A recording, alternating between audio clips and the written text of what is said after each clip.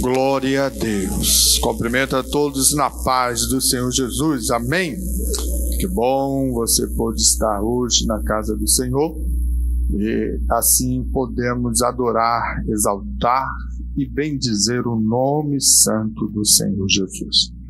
Hoje é um culto especial, culto de Santa Ceia, é um culto onde nós vamos celebrar, a morte, a ressurreição do Cristo, através da simbologia e o memorial do pão, do cálice. Nós podemos lembrar, se estamos aqui, é porque Ele morreu por nós.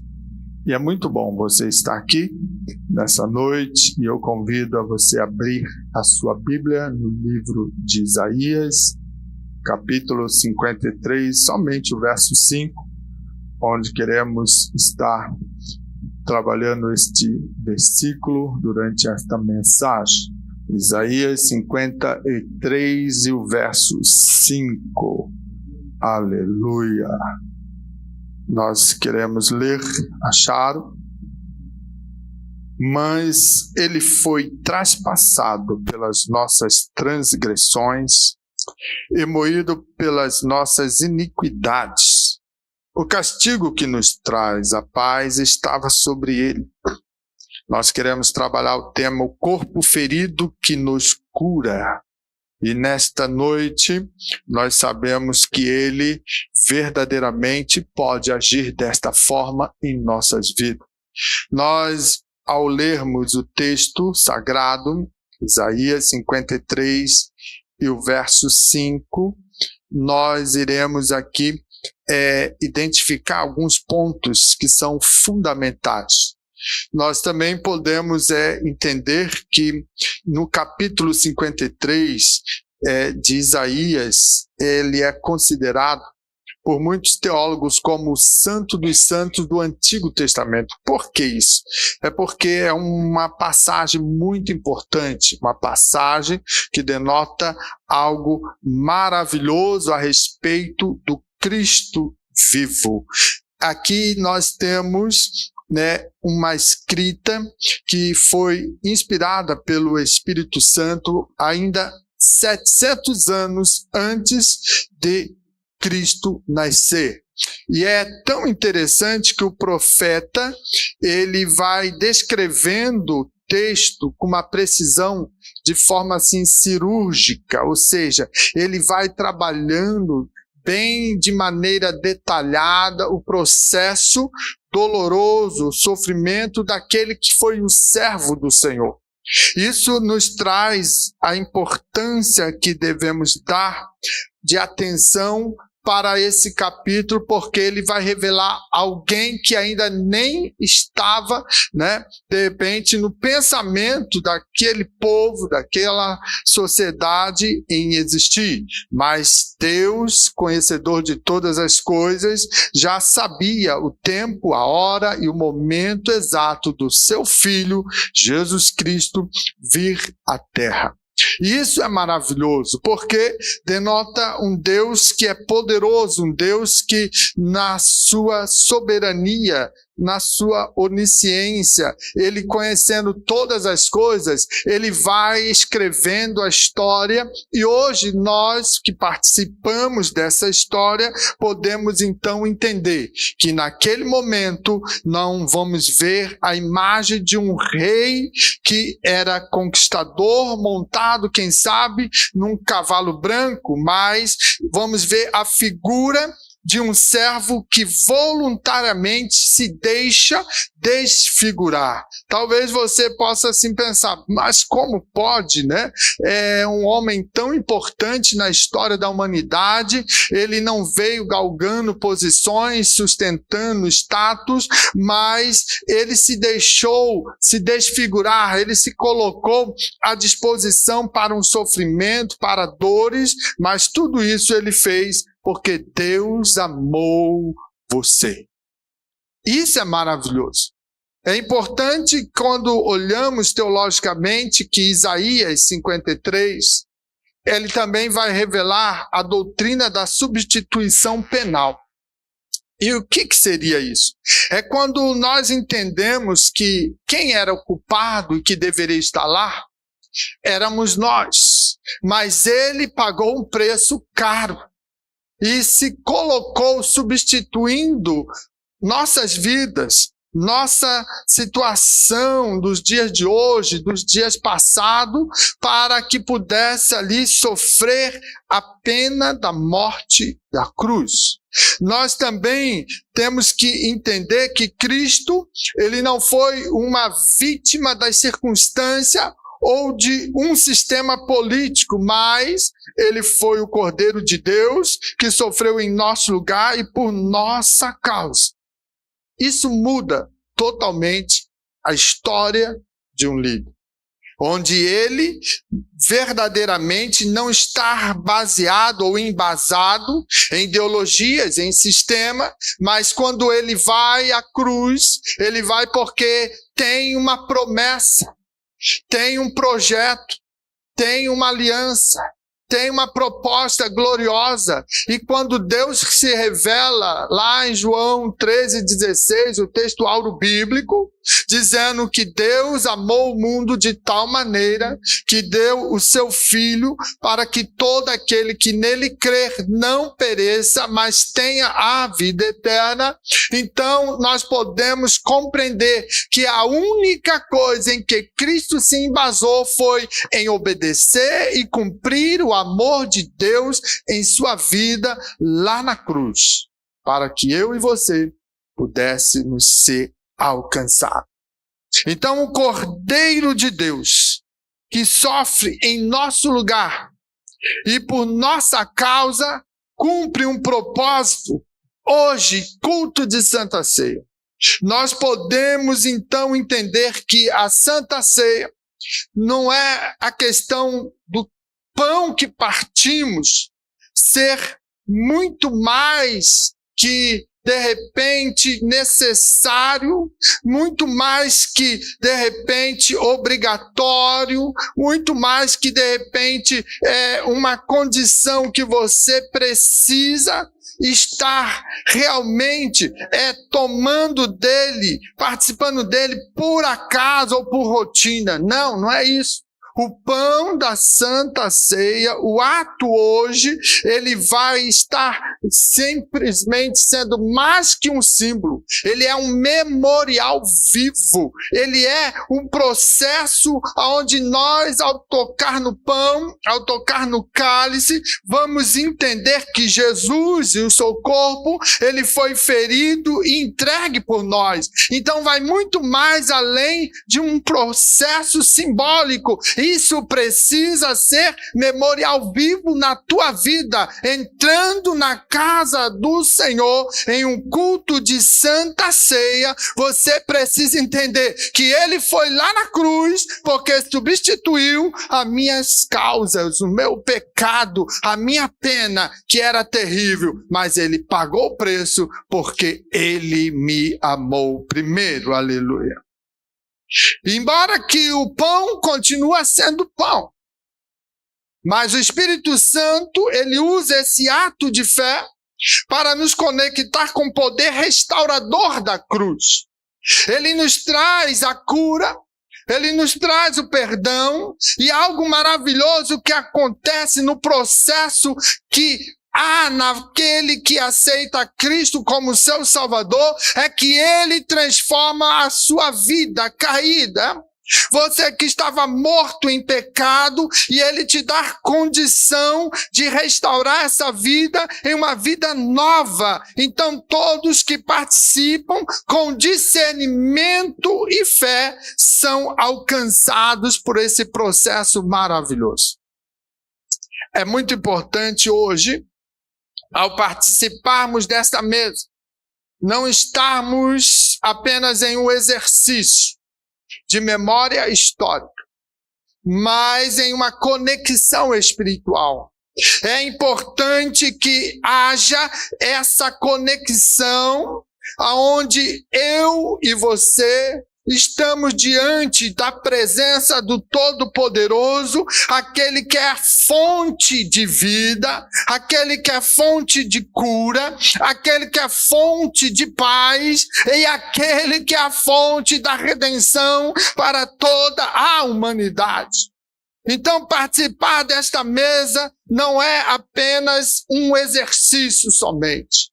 É estarmos conectados com aquele que tem vida, aquele que dá paz, aquele que cura, aquele que alegra o teu coração. E se você veio hoje, é porque verdadeiramente algo tocou em você e lembrou. Olha, ele morreu por você, mas ele ressuscitou, ele está assunto aos céus, e ele prometeu, eu vou voltar para buscar a minha noiva, a minha amada igreja. Então, quando eu fazer lembrança em memória de Cristo, que morreu, que ressuscitou, eu sei que há uma promessa gloriosa, e ele está vindo, e ele está chegando, e ele vai voltar, e não podemos esquecer desta promessa.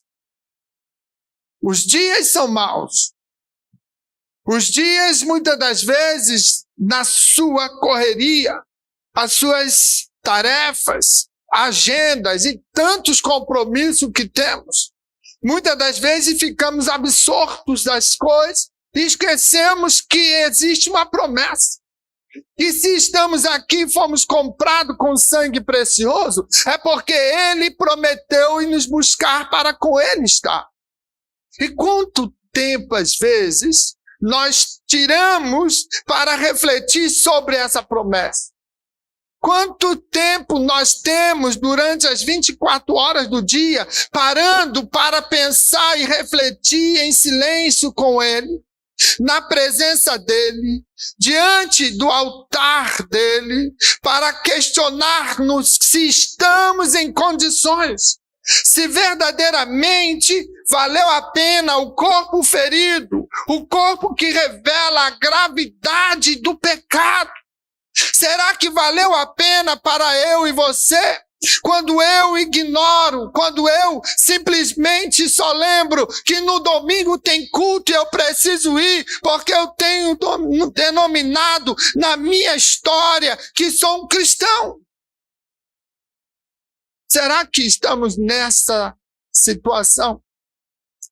Será que ainda brota o desejo, a chama em nossos corações, para lembrar que Isaías 53:5 vai dizer que ele foi traspassado pelas nossas transgressões, e ele foi moído pelas nossas iniquidades, e diante disso, nós possamos compreender esse processo, para que essa situação verdadeiramente venha confrontar as nossas realidades e possamos entender o processo da conceituação das palavras.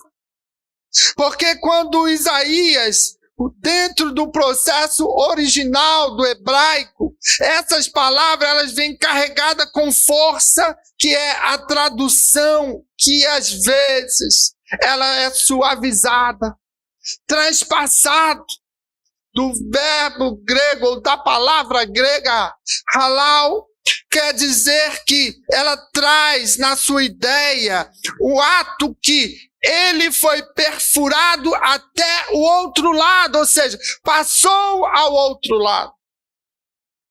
Quando nós espetamos talvez um espinhozinho nos dedos, na mão, no pé, nós já sentimos dores. Nós já corremos para colocar uma pomada, para resolver aquele problema. Mas lembra agora quando Isaías fala, ele foi traspassado. Chegou ao outro lado, os cravos. Chegou ao outro lado, produzindo ferida profunda. E isso traz uma morte agonizante. O ato de você furar o dedo já dói. Quando você vai fazer a unha, né, e erra ali a cutícula e corta um pedacinho de carne, como que dói? Inflama. E você se incomoda e parece que tudo que você faz bate ali na hora e dói. É porque está sensível. Agora pensa no processo que ele sofreu. A tradução às vezes tenta suavizar isso.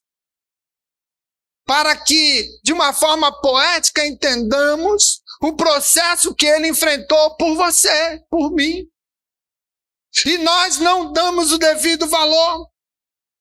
Quando a tradução, ela tenta se aproximar do original, trazendo a realidade, e ele diz moído, a palavra hebraica dak, que quer dizer que o trigo que é triturado sob o peso de uma pedra pesada até virar pó, ou seja, ele foi moído de tal maneira que ele foi esmagado. Ele foi como triturado assim o trigo. Ele foi um sofrimento tão terrível. Tudo isso por quê? Para que você pudesse ter vida. Isso vai nos ensinar que o pecado não é um erro superficial ou um mero deslize ético. O pecado é uma rebelião contra a santidade de Deus que exige um juízo santo. E muitas das vezes eu e você falhamos e pecamos e pensamos assim, não, mas eu vou pedir misericórdia e tá bom. Não tentamos enfrentar a situação do pecado e buscamos então, quando nos deparamos daquilo, contornar, se desviar, porque tememos a um Deus santo, porque amamos a um Deus poderoso, a um Deus que concedeu a sua graça e a sua misericórdia, um Deus que enviou Jesus para sofrer. E Jesus não sofreu por seus próprios atos. Se fosse pelos atos dele, talvez alguém ia dizer, não, aquele também era pecador. Ele era sem mancha. Ele era sem pecado. Ele era um ser santo. Agora ele foi tratado como se fosse o próprio pecado. O meu e o seu pecado foi colocado e cravado na cruz do Calvário em Cristo Jesus. Ele sofreu as duras consequências. Ele sofreu esse ato terrível. E muitas das vezes nós não damos o devido valor. Simplesmente entendemos que a história acontece e ela sempre é escrita e reescrita e é parte da humanidade. Não paramos para refletir que ele foi na cruz. Mas tomamos do pão, tomamos do cálice e como se fosse uma rotina qualquer. É mais um culto de ceia. Se eu for, tá bom. Se eu não for, também está bom. No outro dia, na semana, quando der, eu vou lá e peço para participar, simplesmente para dizer assim, ó, marca aí na agenda do calendário que eu participei no mês de maio da ceia. Estamos vulgarizando, banalizando algo tão importante na história do cristianismo. Estamos deixando de lado, porque é ele que pagou o preço. É ele que foi moído. É ele que foi transpassado. Eu não senti a dor. Então, quando o pecado me rodeia e eu ignoro o projeto da cruz, eu me deixo levar e ser tomado pelo pecado.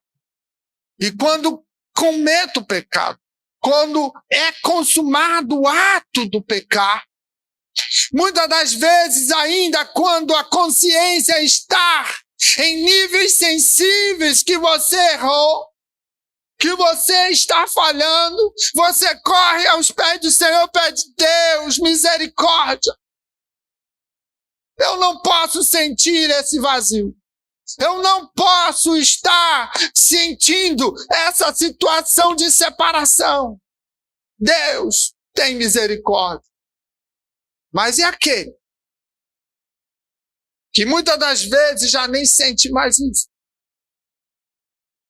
Entra noites afora, na internet, na pornografia. Eu tenho que falar isso. Porque muitas das vezes nós não queremos pregar mais a santidade de Deus. Muitas das vezes nós não queremos mais pregar o inferno que espera aquele que não teme ao Senhor. E muitas das vezes nós estamos se reunindo como num grupinho, de um clube, de uma reunião familiar, e vale a pena estar ali, é somente 2 horinhas, onde vamos ver louvores, onde vamos ser motivados, onde vai ter palavras com jargões que vai mexer a nossa emoção. Aí eu levanto o pé, levanto a mão, eu vou rir pro meu amigo, e não importa, é tudo alegria, e eu esqueço que lá no silêncio da noite, quando ninguém está olhando, eu entro pelo caminho das redes e vou namorar. E vou cometer coisas absurdas. E vou buscar, quanto mais e mais eu puder alegrar o meu coração que está iníquo, está pesaroso de tanto pecado. Eu sou crente, eu estou na igreja, tenho até título. Mas eu estou arrebentado na pornografia, no adultério digital. Ah, pastor, mas eu não consumo. Não importa, Cristo veio reformular tudo isso no Novo Testamento. Se eu no coração desejei, eu já pequei. É terrível. E nós vamos levando uma igreja dessa maneira. De qualquer forma, o importante é ela estar cheia, o importante é alegrar o povo, o importante é fazer show gospel, o importante é conduzir a liturgia, é isso que vale. Não, o que vale é guardar e amar a palavra de Deus, cravada em nossos corações, lembrando que Ele foi ferido por nós. Ele absorveu o peso que deveria nos esmagar. Era eu e você que seríamos transpassados.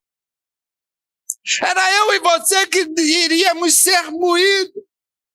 Como grão de trigo que precisa ser moído para se tornar pão. Cristo foi moído para ser o nosso pão da vida. E eu ignoro tudo isso quando simplesmente ninguém vê. E aí eu faço e cometo coisas absurdas. Agora, quando você conhece a palavra, quando você verdadeiramente entende que Ele é fiel e que Ele vive eternamente, e eu temo a Ele, então não adianta eu tentar fazer as coisas obscuras, porque eu sei que os olhos do Senhor estarão sobre mim, e os olhos dele vai contemplar todas as coisas que eu faço.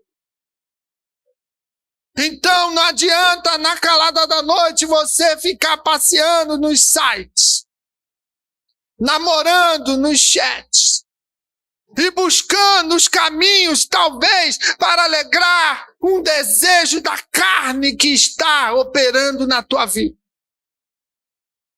Se você tem uma mulher, cuide da tua mulher. Ame a tua mulher. Valorize a tua mulher.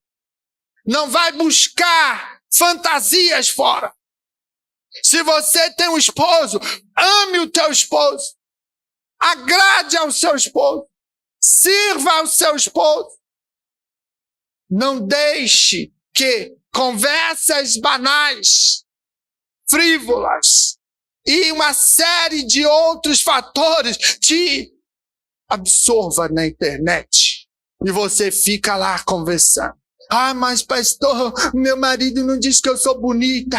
Ah, mas pastor, o meu marido não diz que eu sou especial. Entenda, Ele está contigo, Ele te ama, mesmo que às vezes Ele não diga uma palavra, mas lá fora, se um homem fala palavras doces para ti, é para te enganar e te enredar e tirar da presença do Todo-Poderoso. Quer escutar palavras lindas e bonitas do teu marido? Fala para ele, você é bonitão, você é o meu príncipe encantado, você é aquele que eu amo, com paixão, com poder, com graça e com coração fervoroso. Ele vai se assustar, talvez. Mas quem sabe você toma uma iniciativa e já dá um beijo, um abraço e diz, você é tudo para mim. Ele vai tomar vergonha na cara e vai dizer, ei, mulher, tu também é linda, maravilhosa, e você é aquela que Deus me deu. Mas nós esfriamos as relações. As atividades nos puxam. É trabalho, é correria, é para lá, e não lembramos que temos que estar, às vezes, parando tudo e olhando quem está ao nosso lado. E aí, lá fora, vai vir as setas do inimigo para te arrancar, para te destruir, para arrebentar com você. Então é importante entendermos que aquele que não conheceu o pecado, conforme 2 Coríntios 5:21 diz, Deus o fez pecado por nós, para que nele fôssemos feitos justiça de Deus. Então nós temos um compromisso. Nós precisamos compreender o propósito de Deus na nossa vida. Seremos sim como uma bandeira que representa uma nação, uma cidade, um estado. Quando nós aceitamos a Jesus Cristo como nosso Senhor, está selado em nossas vidas. O sangue do Cordeiro é como uma bandeira especial que diz, ali tem dono. É propriedade exclusiva dele. Então, quando nós reconhecemos o sacrifício da cruz e o quanto ele foi moído e trespassado por nós, nós iremos andar verdadeiramente em temor, em gratidão, na presença dele. E nós iremos compreender que o projeto glorioso é para que hoje eu possa estar participando do pão e do cálice, um memorial vivo, porque ele morreu por mim. Meus irmãos, entendam. Era desprezado e o mais rejeitado entre os homens. Ele sofreu a exclusão social, ele sofreu a exclusão espiritual para que eu e você fôssemos aceitos na família. Somos uma família. Estamos com um propósito e um objetivo de alcançar o reino do céu. E para isso devemos estar se relacionando de forma fraterna. Não tem como aqui dentro da casa do Senhor existir grupinhos interesseiros, com ideias, com prioridades, a não ser a vontade do Senhor reinando em nossos corações. Não devemos estar fazendo acepções de pessoas, porque o fulano é importante, eu tenho que ser amigo dele. Ah, mas a irmãzinha lá, ela não tem expressão, então deixa ela lá no cantinho. Não, somos aqueles que fazemos parte da família de Deus. Para isso ele foi desprezado e rejeitado. Quando nós formos tomar do pão e do cálice e levar o pão à boca, olhe para dentro de si. A Santa Ceia não é para os perfeitos, não, mas para aquele que é arrependido. É para isso que existe o processo da mesa preparada. O corpo ferido de Cristo, ele é convite para confessarmos que não podemos nos salvar sozinhos. Não é a força do nosso braço. Não é, quem sabe, a situação financeira que temos. É que precisamos entender que para abandonarmos aquilo que causou a dor de nosso Salvador, ele foi ferido. Ele pagou um preço. Então eu preciso confessar. Eu preciso responder à chamada, ao convite dele, que foi realizado na cruz do Calvário. Não é eu achar que posso, mas é eu abandonar o pecado que muitas das vezes está me acompanhando ou está fazendo parte do meu ser, deixar de lado e reconhecer que é Ele, só Ele e somente Ele, aquele que pode perdoar, aquele que pode curar a nossa alma, aquele que pode restaurar, redimir, resgatar a minha vida perdida. Um corpo ferido que foi entregue e que nos trouxe a paz. Isaías 53:5 vai trabalhar isso dizendo: o castigo que nos traz a paz estava sobre ele. Quando eu olho para esse processo, o castigo aplicado a Jesus foi o quê? A satisfação da justiça divina.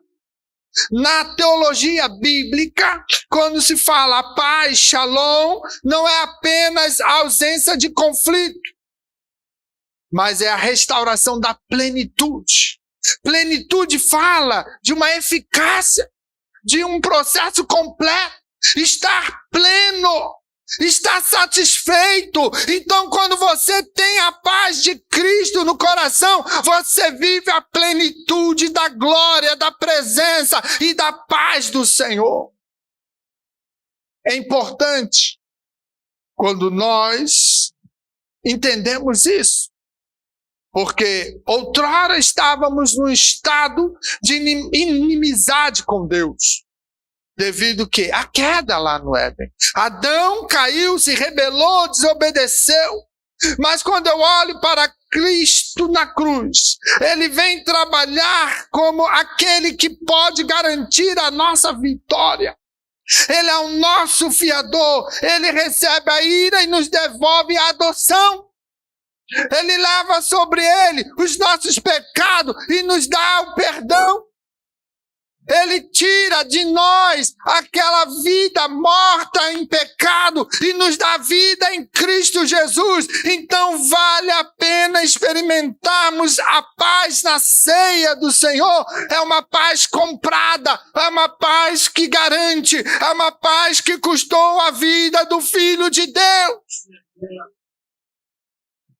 Quando ele diz está consumado, ele vai declarar que a fatura do castigo foi liquidada. Ou seja, o teu boleto foi pago.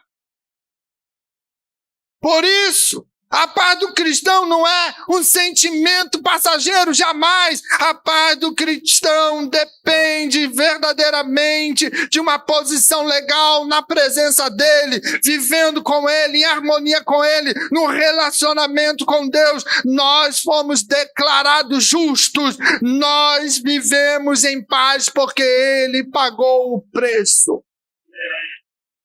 Ah, pastor, eu não tenho paz. Então você precisa de Cristo. Que a paz de Deus excede todo o entendimento. A paz de Deus é como fruto do Espírito que precisa estar sendo gerado na sua vida. Se Cristo habita em ti, se Cristo habita em nós, se Cristo está verdadeiramente morando em nosso coração, o fruto tem que aparecer. Então o crente tem que desfrutar da paz. Aleluia. Romanos 5:1 vai dizer: justificado, pois, mediante a fé, temos paz com Deus por nosso Senhor Jesus Cristo. É Ele o autor da paz. A paz que o cristão tem não é fruto do esforço humano, mas da obra consumada de Cristo na cruz. Tudo vem através do processo da cruz. Coríntios 11, 24, logo nós vamos estar lendo. Isto é o meu corpo que é dado por vós. O que é isso? O pão da ceia atesta que a dívida foi paga. O corpo foi entregue e como o pagamento da nossa fiança. Esse é um processo glorioso. Esse é um processo que traz justificação mediante a fé. Por isso temos paz com Deus. Por isso, quando olhamos o versículo citado, ele vai dizer que, na sua interpretação, que a paz é o resultado legal de sermos verdadeiramente declarados inocentes. Ele se sacrificou por nós, justificou. Então, diante disso, nós podemos garantir que a paz que impera e reina em nosso coração, ela é legal, ela nos declara inocência, ou seja, você foi absolvido do pecado, do jugo, da condenação, porque Cristo morreu por nós. Isso dá sentido. Isso é importante. Para que possamos estar diante da presença do Senhor neste momento, com a nossa consciência leve, com a nossa situação garantidora de que Ele ainda habita em nosso ser, que verdadeiramente nós não vamos estar diante do pecado, ou de um medo, ou de um juízo de Deus. Não, Ele pagou esse preço. Ele estabeleceu paz, e se há paz em seu coração, é motivo de você glorificar e agradecer, sendo grato todos os dias, porque a cruz revela que Ele pagou o preço caro para você ter o perdão. E quando olhamos ainda para o corpo ferido, entendemos que ele libera cura e restauração. Isaías 53:5 ainda fala assim: pelas suas feridas fomos sarados.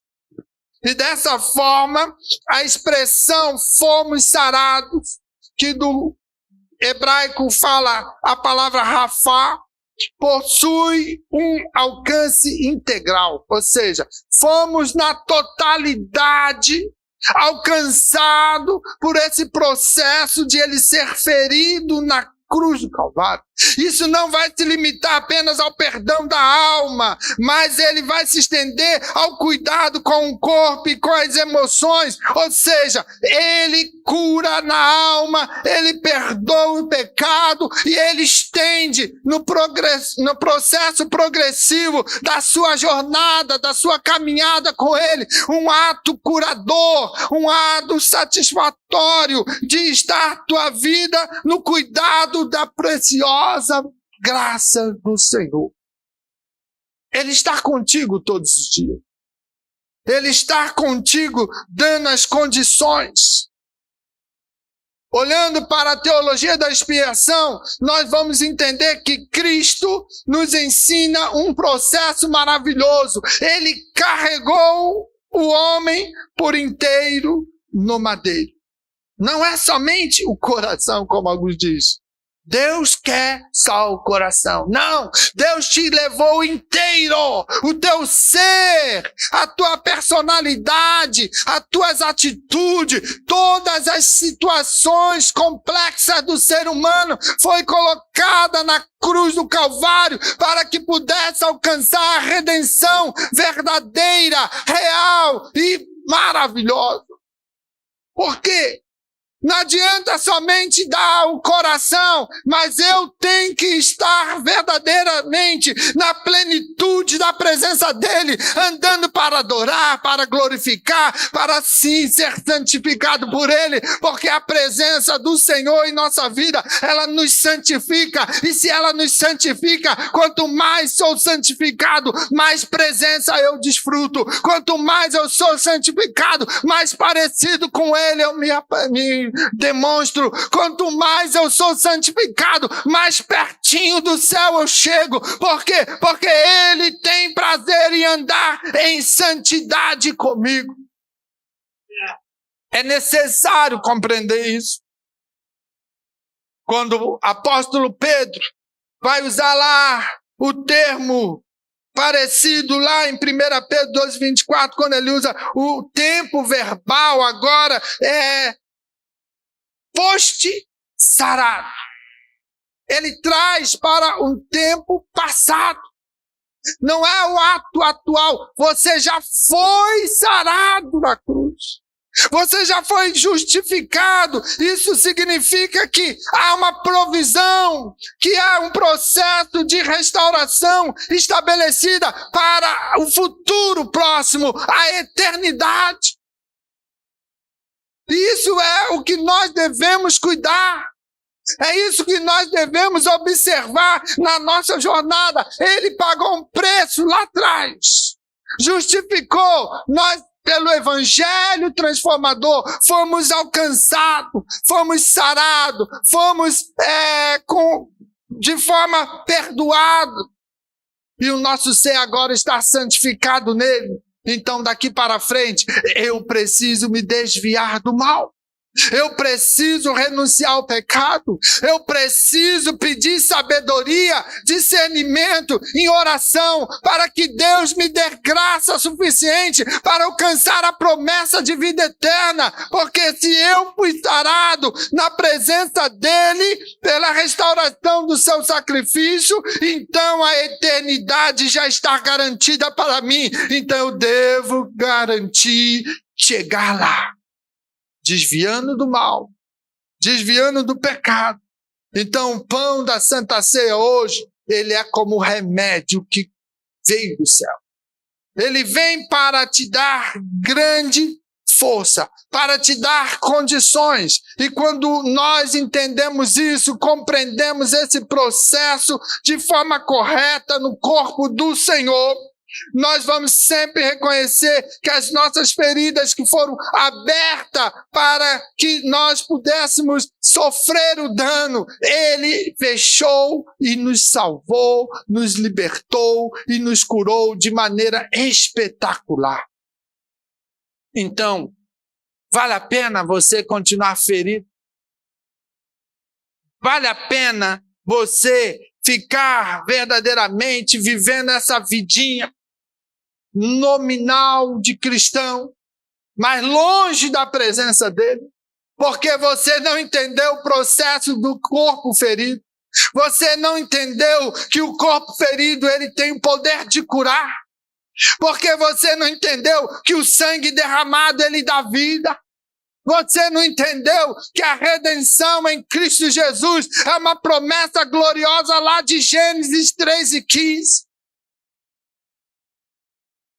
Se você não entendeu os princípios basilares do Evangelho, que deve amar a Cristo acima de todas as coisas, e deve conceder o seu coração para Ele, doar o coração para Cristo, é verdadeiramente dizer para o mundo, eu não me mando mais, porque Ele habita em mim, e quem direciona a minha vida é o Espírito Santo de Deus, e quando assim eu vivo, eu procuro agradá-lo, eu procuro servi-lo, eu procuro amá-lo acima de tudo.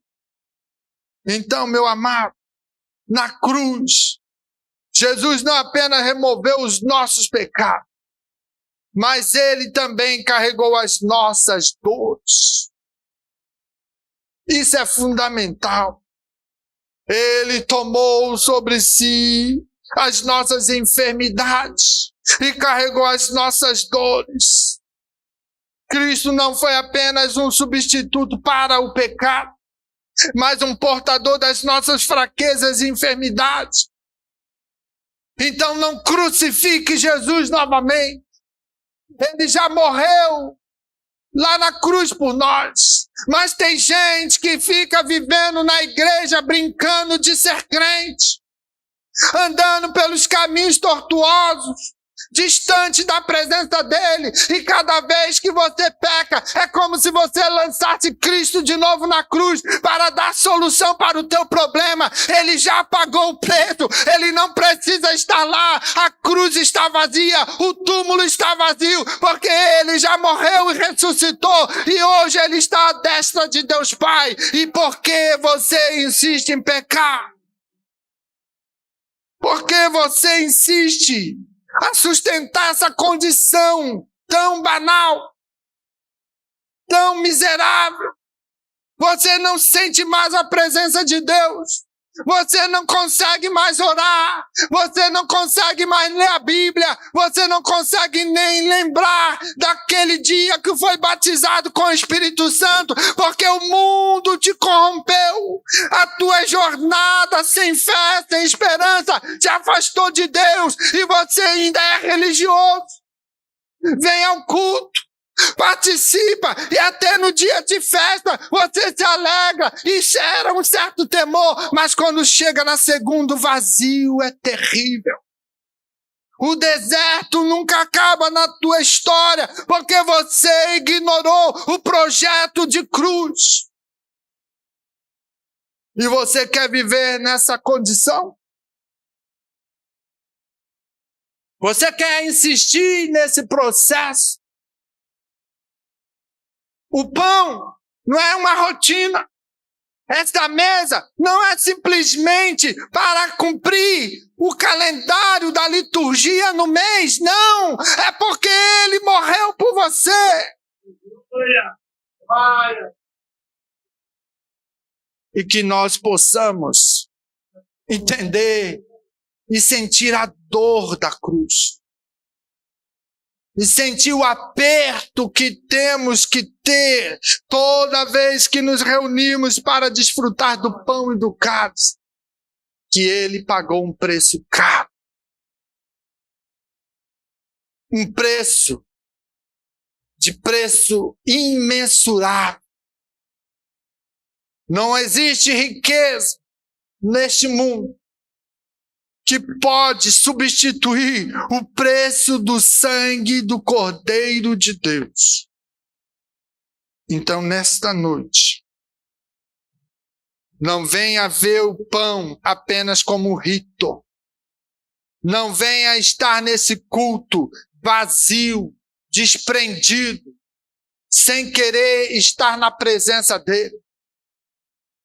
Nós precisamos compreender que o ato de se reunir aqui é porque, primeiramente, ele está aqui. Não é o clubinho, não é uma reunião familiar.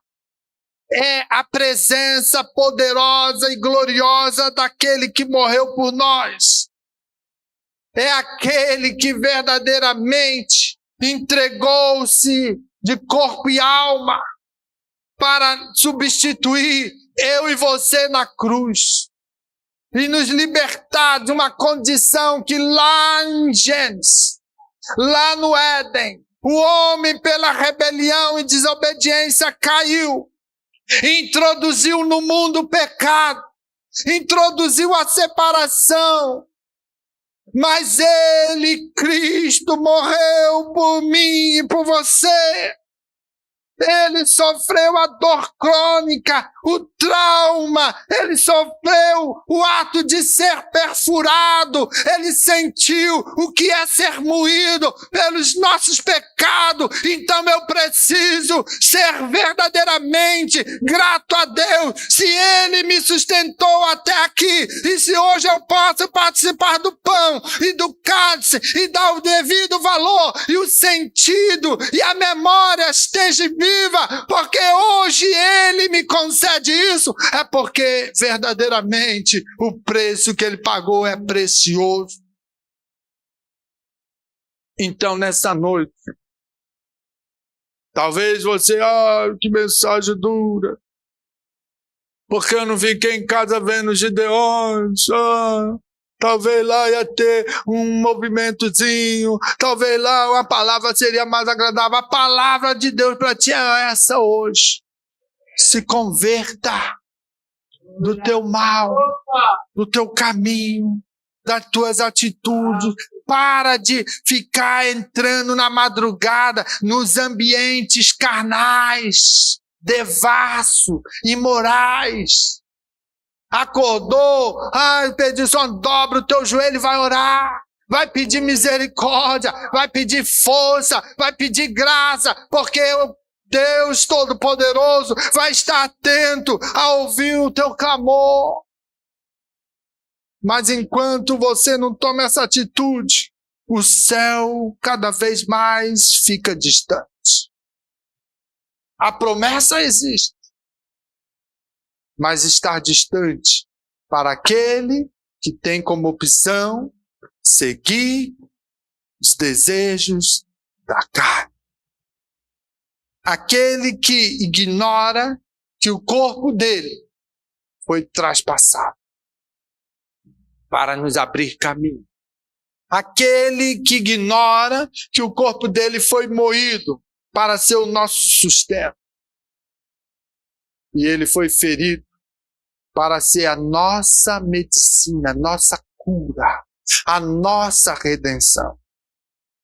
Então hoje, quando passar o pão e o cálice, reflita de maneira verdadeira.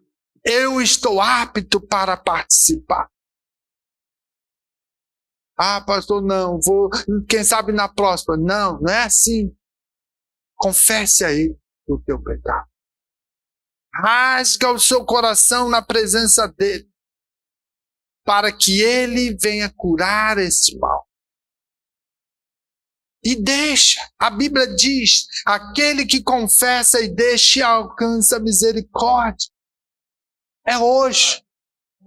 Não é a próxima ceia, não. Porque na próxima você vai lembrar, na passada eu não tomei atitude, eu simplesmente não participei do pão e do cálice. Agora estou novamente diante do pão e do cálice. Aí eu olho, na semana passada eu pequei. Na outra também. E eu continuo errante. E o céu está ficando difícil. Você está entendendo a implicação que é ser crente? Ser verdadeiramente salvo em Jesus Cristo.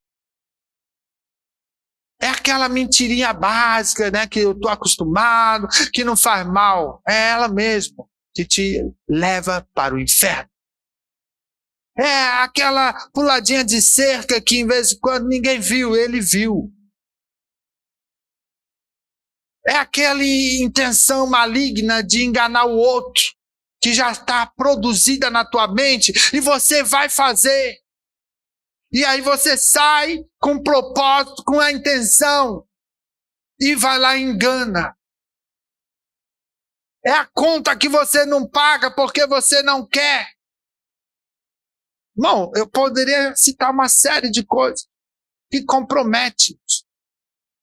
E depois eu venho na igreja e canto, e levanto a mão, e profetizo, e faço, e corro no corredor. Mas ele, vendo a tua estrutura mentirosa, é terrível. Mas eu quero que você vá ao céu. Eu preciso me desprender dessa responsabilidade de anunciar a palavra de verdade. Bom seria, vamos pregar aí, pega anjo aí, crente, olha aí o bola de fogo, olha não sei o quê. Bom, é bom, quem não quer esse movimento, mas isso não sustenta, isso não garante céu. Muita gente em adultério nos púlpitos, às vezes sai por aí, faz movimento, e balanço daqui, balanço dali, é uma lata vazia, porque Deus já não está, mas aprendeu a técnica de influenciar, de emocionar, e muita gente entra nesse bote. E aí o céu? Então é melhor que você seja alinhado hoje e toma uma atitude, toma uma decisão de compromisso para servir a um Deus que é santo, um Deus que é amoroso, um Deus que pagou um preço caro para que você e eu fôssemos retirados do lamaçal do pecado. Então, quando eu penso dessa forma, entendendo que o corpo ferido me cura, eu preciso lembrar todas as vezes de tomar do pão e do cálice, que ele se feriu por mim. E eu sou falho, imperfeito, mas ele é perfeito. E pela sua grandeza, bondade e misericórdia, ele consegue me retirar e me dizer: filho, continue, vai no propósito, eu estabeleço uma nova jornada, uma nova caminhada contigo, e você vai vencer, porque eu estou contigo em todo o tempo. Fique em pé nesse momento. Eu quero orar por você.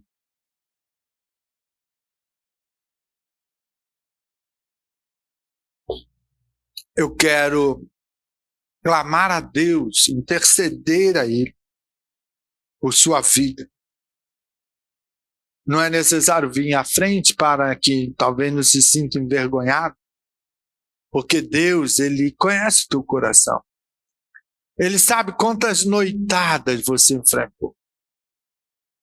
Ele sabe quantas conversas fiadas você participou. Ele sabe das rodinhas dos escarnecedores que você deu lá, o pitacozinho, né? Ajudou a murmurar, a falar do teu irmão, a falar do pastor, né? Amanhã tá lá, já fica pregando essas mensagens duras. É para te converter mesmo. É para você entrar na linha. Uma coisa eu preciso estar ciente, que naquele dia ele vai falar: tu não pregou isso, eu não pregou aquilo. Entende? É um peso nas nossas costas. Mas é importante você entender. Participe do pão e do cálice após a oração, que você confessa a Deus as tuas fraquezas. E toma uma atitude que vai mudar. Que não vai mais cometer esses atos. É fundamental. É noite de decisão, aonde você precisa se posicionar. Deus te chama a um posicionamento, porque Jesus está voltando. Então você dobre agora a sua cabeça, eleva os seus pensamentos a Deus, e você começa a falar com Ele. Ele conhece o teu íntimo. Ele sabe, né, o que se passa, essa luta que vocês enfrentam, esse conflito espiritual que você precisa vencer em Cristo Jesus. Começa a orar agora, mesmo que em silêncio, mesmo na calada agora, desse mover de Deus. Você começa a trabalhar essas questões e confessar diante dele, para que quando participar do pão e do cálice, você está com a alma leve, com a mente sarada e com uma proposta de grande vitória.